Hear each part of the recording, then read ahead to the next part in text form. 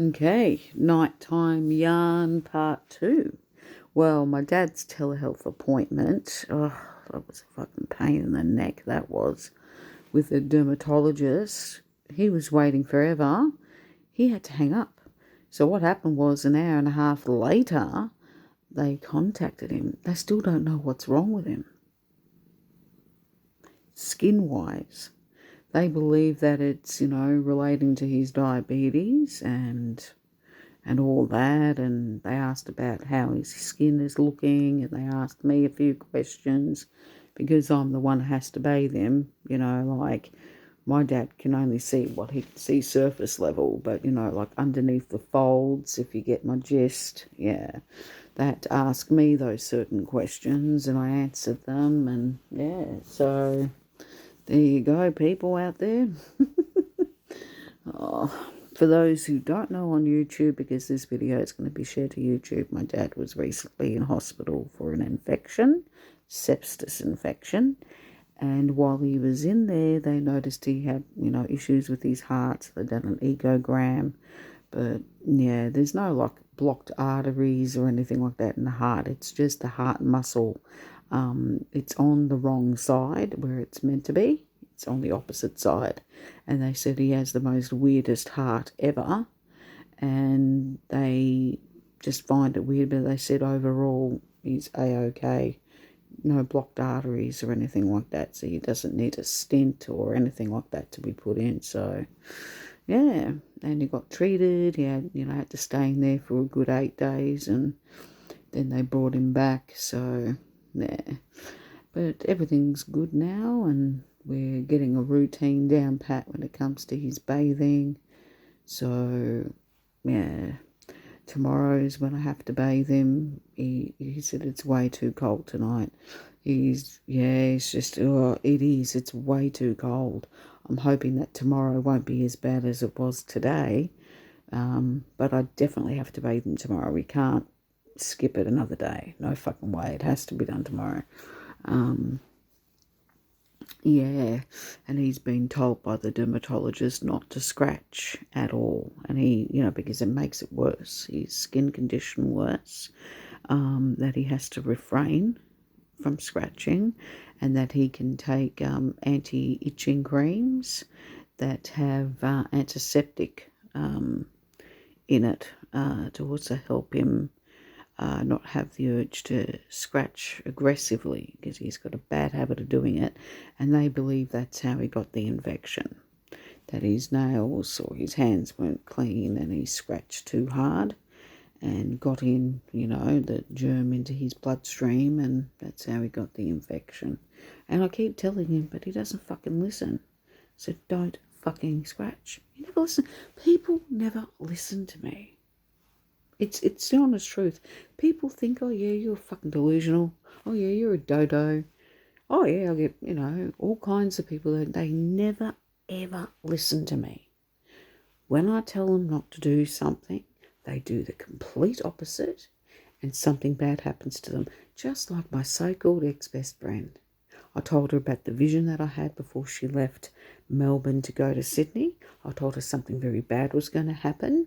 I told her not to trust no one, to be aware of her surroundings. Did she fucking listen to me?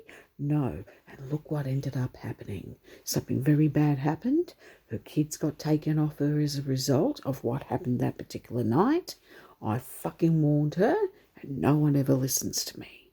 So normally those who don't listen, bad things happen to them. Now don't call me a witch. It's got nothing to do with witchcraft. It's to do with intuition, a gift that God gave me, a psychic ability. It doesn't mean I'm evil. Let me put it to you that way. But no, I have airheaded morons out there, Pacific males who are egotistical and think they're above everyone else, turn around and say that to me, that I'm an evil witch, and that I do this and that I'm too good to be true, and they don't believe a word I say. Oh, one day they will learn. Oh, yes, they will. And they will learn the hard way, sadly, for those particular individuals. They'll have to learn the hard way. That includes my ex-best friend. And boy, did she learn the hard way. Oh, well, she didn't listen. She thought I was a delusional cow. When people don't listen to me, they cop a lot of bad luck, and that's all I've got to say. I don't know why. It happens every time. Happens every time. Even people who don't hardly know me. If I pick up something psychically and I sense it, I will tell you, I say, please heed my warning. This is going to happen, and trust in what I say. Please try to avoid this happening to you. I'm telling you, it's a warning. Please don't just wash over it. And when they go, yeah, I know that they're lying to me. They're just letting it go over their head. Within less than a month, bang, it happens. How's that my fault? I'm trying to save the person a lot of heartache, a lot of pain, a lot of suffering. Not my fault that they chose not to listen. It's their choice in the end. You get the gist? It's their choice in the end. Yes, I did the right thing in approaching them and telling them straight out, hey, this is what's going to happen, and trying to warn them and trying to prevent that horrible outcome for them. But ultimately, the decision's up to them, and it's their cross to bear. You know what I mean? That's just how I see it. Yeah. Doesn't mean I'm evil, but there are people that are very narrow-minded that think the complete opposite. They think I'm a witch. They think I do witchcraft. They think that, they can think all they like. I'm not, I don't cast weird spells upon people, do any witchery of that kind of thing. I don't believe in doing that to people. But if I sense something, I'm never wrong. So, let me put it to you that way. Like if I get an overwhelming feeling of dread, just say, and I look at a picture of you, just say, and that overwhelming feeling of dread comes over me, I know that you're going to pass away soon. I have to tell you. So that way you're aware, so you can be aware of your surroundings each day. I'm not saying be fearful and never go out and do things, but I'm saying be aware, so that way you can be able to save yourself for when that occurs, practically, that event occurs. So, yeah. And that's practically what happened regarding Heath Ledger. It's not my fault that I knew he was going to die, and there was nothing I could do about it to warn him because I don't know him personally. How's that my fault? How's that my father's fault? Me and my dad picked it up at the same damn time together as we were watching the TV, the Oprah Winfrey Show. The whole cast of Brokeback Mountain, including the director, was on the Oprah Winfrey Show, and they were talking about it. And as soon as I clatched eyes onto Heath, that overwhelming feeling of dread came over me. That was it. I knew straight away. I couldn't pick up exactly how he was going to pass. All I knew is that I knew something very bad was going to happen. I knew that he was not going to make it. And yeah, that's when I turned around and I said to my dad, I said, Dad, are you picking up on what I'm picking up on? And he's like, yeah. And he said it. Turns around and he goes, yeah, Heath's going to die soon. And I said, yep. And I started to, get emotional because, if I could just fucking pick up that phone. But, if I knew him, I would have saved him.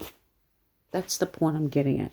I would have told him to be careful, get yourself into hospital, you know what I mean? I would have made him more aware of it, so that way he could change, he could alter it. There's a chance of it stopping, preventing. Now, I know many of you out there aren't going to believe me, but I know the truth, and my dad's my witness. As long as me and my dad know, that's all that fucking matters. I don't give a stuff if no one else in this world believes me. I really don't care, but I know my truth. And I'm not the type of person that will lie about something like that. Let me put it to you that way, okay? So people out there, you can think all you like. All right? And you're entitled to. I can't turn around and demand you to believe in me. You know what I mean? It's your choice, And Chica's talking again. She's so cute. You beautiful girl. Smack that ass. Smack that ass. I'll be back for part 3.